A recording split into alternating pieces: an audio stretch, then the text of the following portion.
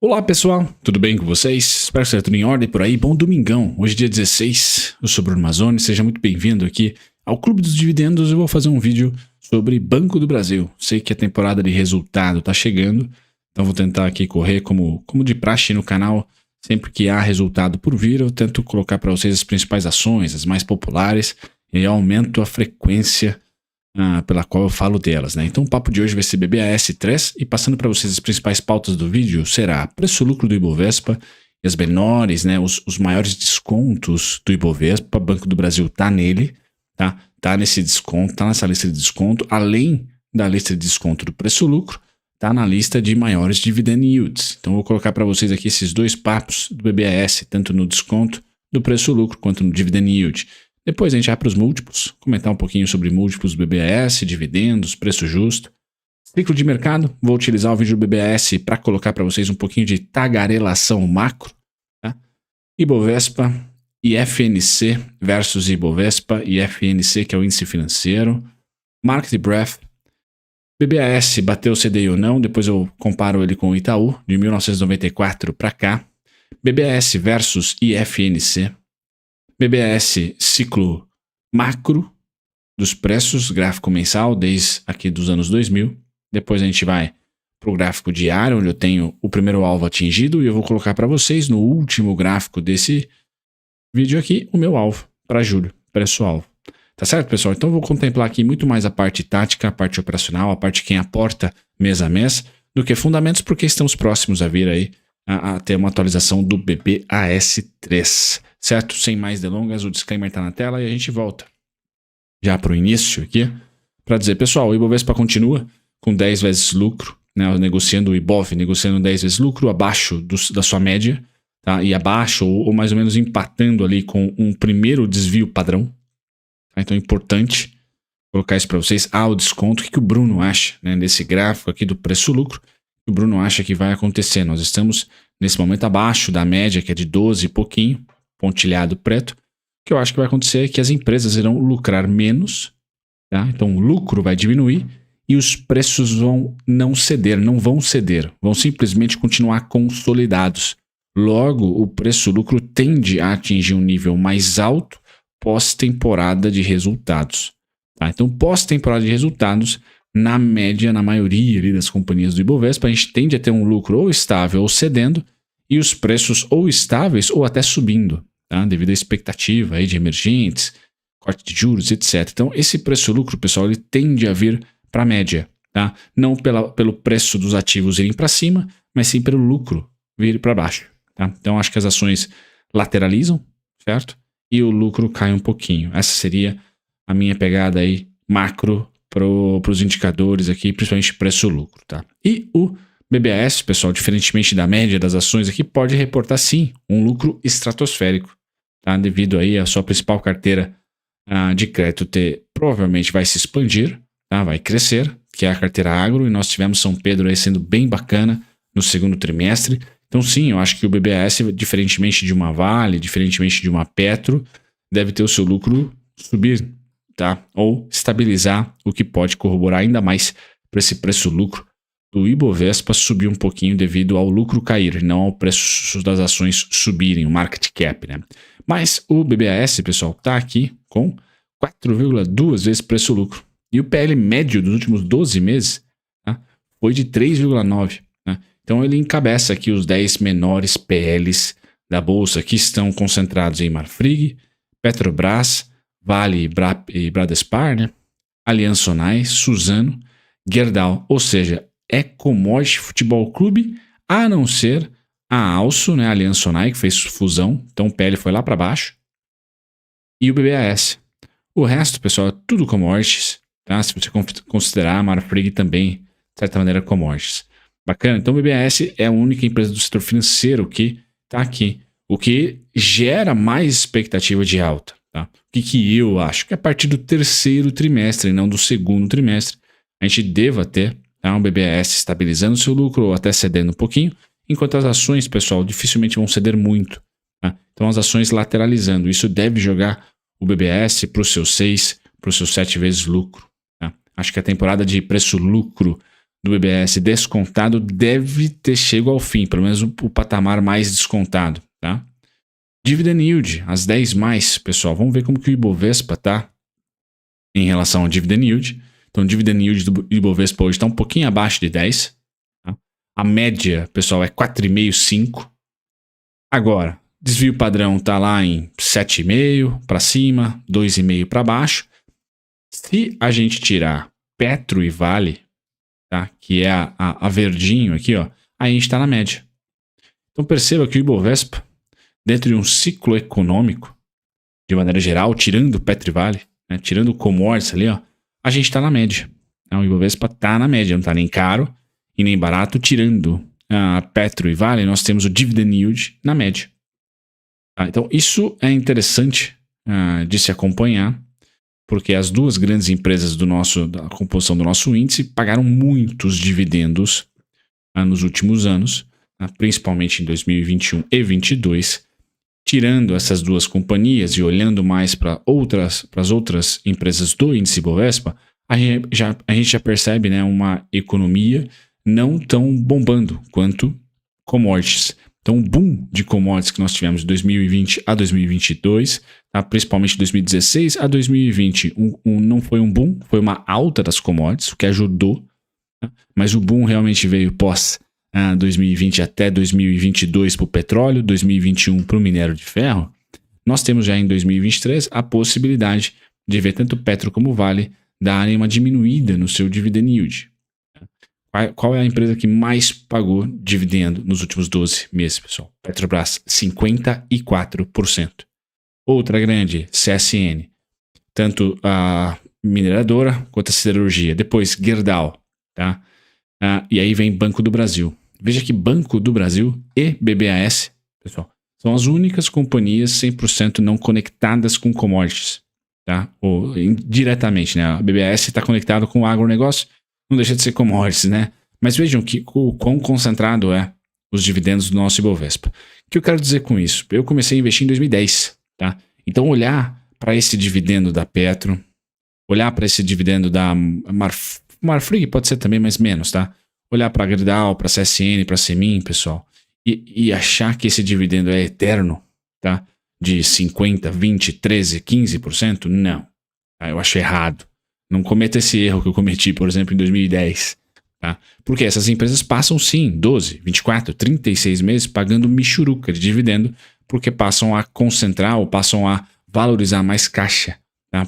Em um ciclo de queda das commodities ou em um ciclo de extrema estabilização de commodities e crescimento baixo, né? Obviamente crescimento baixo do mundo. Então é importante colocar para vocês que a gente pode ter um enxugamento desses números em dividendos, tá? Depois aí desse choque de oferta, aí depois e também de supercrédito dos governos na economia de 2020 para cá. A gente pode ter esse arrefecimento, me parece que os bancos centrais mundo afora já nos colocam a par disso. Então era isso que eu queria colocar para vocês aqui. Dentro do BBAS, pessoal, cada site varia, mas aqui eu trago para vocês que o PVP está de 0,84, então não vejo o BBAS caro, tá? O preço justo de Graham está em R$120, tá? Todo trimestre divulgação ele vai anunciar dividendos, muito provavelmente vai anunciar dividendos. Eu só vejo, pessoal, que o pico realmente foi 2022. Agora, isso é meu, né? Bruno Mazzoni, opinião. O governo, de maneira geral, independente da bandeira que esteja lá, vermelha, verde, amarela ou laranja, azul, tá? Do partido específico que esteja por lá, Brasil, pessoal, o governo viu ali uma fonte de receita bem interessante em estatais. Então, tanto o Petrobras como o Banco do Brasil e as outras estatais devem continuar pagando dividendos, tá? Só menos, principalmente em um governo de esquerda. Tá? Então a gente tende a ter menos dividendos em governos de esquerda, mais dividendos em governo de direita, tá? Mais crédito subsidiado, outras maneiras de incentivar aqui a economia em um governo de esquerda, menos em um governo de direita. Tá? Eu acho que a gente vai, como investidor, moldando dessa maneira, mas as estatais, de certa maneira, enquanto elas existirem, elas vão pagar dividendos, porque me parece que a pandemia acelerou esse caixa de dividendos. Eu não vejo político triste com isso, não. Tá? Então, se o executivo não quer que pague dividendos, muito provavelmente o legislativo vai querer para suas emendas. Tá? Então, eu não acho que as estatais vão secar nos dividendos, só diminuir. Enquanto for governo de esquerda, por exemplo, vai diminuir por causa da narrativa, da ideologia, etc. O governo de direita pode acelerar um pouquinho esse dividendo. Então, o Banco do Brasil já pagou R$ 2,00 em 2023. Pessoal, a média líquida está em 2,54. Se a gente for pela média líquida, 2,54 dividido aí por pelo menos os 6% do Barsi, a gente vai para R$ 42,33. Tá? Hoje, o banco negocia a R$ 47,70. Então, sim, o Banco do Brasil, eu vou colocar para vocês no gráfico, que pode retrair, deve retrair um pouquinho mais, depois de ter tocado em um alvo importante. Mais importante do que isso, agosto tem dividendos. O pessoal vai ter anúncio de dividendos. Se eu acho que a gente vai bater 2022, R$ 3,70? Acho que não, pessoal. Acho que não. A gente vai ter que olhar muito aí para as negociatas entre legislativo e executivo, mas não acho que o Banco do Brasil vai mandar bala em dividendos. Vejo que é nossa economia. E aí eu entro no ciclo, tá? Vejo que o Brasil está aqui em um ciclo de expansão econômica caindo, né? Depois de vendas do varejo darem mais uma estalagada para baixo, pessoal, e a inflação também cedendo, a gente tende a ter, então, um resultado de economia contraindo. Não recessão, tá? Mas economia contraindo. Então, assim que o BC começar a cortar juros, olhar para os bonds brasileiros, né? Yield para baixo, PU para cima. Então, eu vejo que o Brasil está nesse... Não sabe se sai daqui, né? Expansão econômica, mas ainda já é uma expansão em queda, tá? Ou se ele entra, de repente, numa contração de fato, né? Trimestre aí, crescendo menos. E aí a gente vai ter bastante oportunidade aqui, tanto na parte de bonds quanto na parte de estoques. Por hora, pessoal, a gente está nesse quadrante aqui, tá? E é por isso que eu falei para vocês, né? E eu continuo, né? Por isso que eu falei que eu vendi Taesa, né? Porque eu realmente acredito que as empresas mais conectadas com a inflação não vão se dar bem nesse momento, commodities e também utilidades públicas, porém commodities tem aquelas o nuance de o petróleo sobe em um mês, aí as ações sobem, o minério sobe em um mês, as ações sobem também, mas no geral a gente já percebe todo mundo marcando um topo aí, ou querendo marcar topo, e utilidade pública eu também vejo que não é um grande momento, até que a gente estanque essa queda do IPCA no índice geral, né? No núcleo tá difícil cair, até foi um dos motivos pelos quais a nossa bolsa não performou bem semana passada, diferentemente do mundo, né? Porque nós tivemos inflação no core subindo, né? Ou pelo menos não muito bacana ali na parte de serviços, e vendas no varejo queda, né? Então, economia para baixo, inflação resiliente para cima foi o que tradou o Brasil semana passada, e aí a gente não conseguiu acompanhar depois da nossa fotografia da inflação do IPCA. Beleza, pessoal? Então, olhando para isso, ciclo do Ibovespa ainda travado, vou passar rapidamente aqui para acelerar o vídeo. E FNC, pessoal, para julho, eu ainda acho que o FNC cede mais um pouquinho. Estou de olho aqui em 11.721, pelo menos. Então ainda vejo que Banco do Brasil, o pessoal do setor financeiro lateraliza. Tá? Não é uma queda, é uma lateralização. Tem que ter um pouco de paciência aqui para o índice financeiro. O Ibovespa, durante essa lateralização dos preços, Ibovespa aqui embaixo, né? Durante essa lateralização dos preços, muito parecido com o que ocorreu ali pré-eleição, o Market Breadth vai dando uma aliviada, né? O Market Breadth aliviou pré-eleição, para depois subir um pouquinho, mandar bala nessa subidinha aqui, tá? Aliviado, e agora está aliviando de novo, tá? Então as linhas estão cedendo da parte vermelha, que é sobrecomprada, ótimo indicador aqui em um mercado lateral, bem bacana, espero ter gerado valor para vocês, sempre compartilhando ele, né? E agora, o BBAS bateu o CDI de 94 para cá, pessoal? Não bateu, sempre coloco para vocês, tá? Não bateu, o CDI subiu 7.200, o BBAS subiu 4.100. O Itaúzão da Massa, por exemplo, quando eu coloco ele bateu, tá? Subiu 40.000%, tá? Enquanto o BBAS subiu 4.200, como falado, tá? E o CDI 7.000. Então o BBAS ainda precisa provar que foi um melhor investimento do que o CDI, tá? Esse talvez seja um nuance importante para você, que é investidor de longo prazo, a importância de reinvestir dividendos e de olhar para ciclos e saber ali mais ou menos um cenário para o banco, já que é uma empresa mista, né? Porém, nos últimos 12 meses, ou melhor, da pandemia para cá, o BBAS deu um banho no Ibovespa, deu um banho no IFNC. IFNC aqui em cima, tendência de baixa ainda, ou consolidação, né? Linha de tendência aqui de baixa, certo? Enquanto que o BBAS, linha de tendência de alta. Tá? E já rompeu o máximo. Então, nesse curto prazo, pessoal, o BBAS está mandando muito bem. Tá? Mas muito bem mesmo. Então, a gente sempre tem que colocar ciclos. Tá? O BBS fez um primeiro ciclo de 2000 a 2008, como toda a bolsa, 2000 a 2008, uma retração aqui de 64%, tá? E uma expansão que logo chegou no seu alvo em R$ 13,03, já que ele saiu ali de 7 centavos praticamente. A R$ 13,03, quando chegou no alvo, pessoal, ele passou ali de 2009 até 2016, 17, 18, namorando uma mesma região, um ponto médio ali. Beleza. E aí, durante essa queda de 2015 e 2016, quanto caímos de novo? 62%, muito parecido com 64%. Gravem esse número. Expansão de 2014 até 2020, tá? Queda da pandemia. Quanto caímos na pandemia? 59,57%. Então, o BBAS, pessoal, caso caia de 59%, 55%, 60%, 64%, independente de quem esteja no poder, como o mundo está girando, é oportunidade. Na minha opinião, técnica grafista é oportunidade. Então, foram 3 oportunidades na última década, praticamente. Então, se vier uma quarta, barabim, barabom. Não vejo como apocalipse, sim como oportunidade. Bom, vocês estão vendo ali os alvos de 49,25 e também de 49,77. Que alvos são esses, pessoal? É o alvo de 2008 a 2016, projetado. Bom, chegamos aqui. Tá? E é o alvo do mesmo 2016 a 2020, projetado de 2020. Tá? Então, foram 2 ciclos que terminaram em 49,77, 49,25. Era mais de 50, mas aí pagou dividendos, ajustei. Tá? E agora eu espero, pessoal, pelo menos um trimestre de lateralização, tá? E não expansão forte de preços.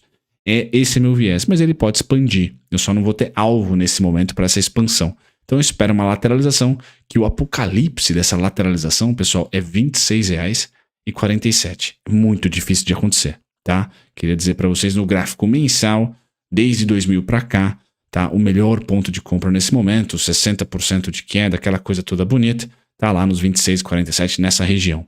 Agora o mais factível, pessoal, depois que o BBS bateu no nosso primeiro alvo de queda, 47,64, 47,41, tá? Eu tenho um dilema, tá?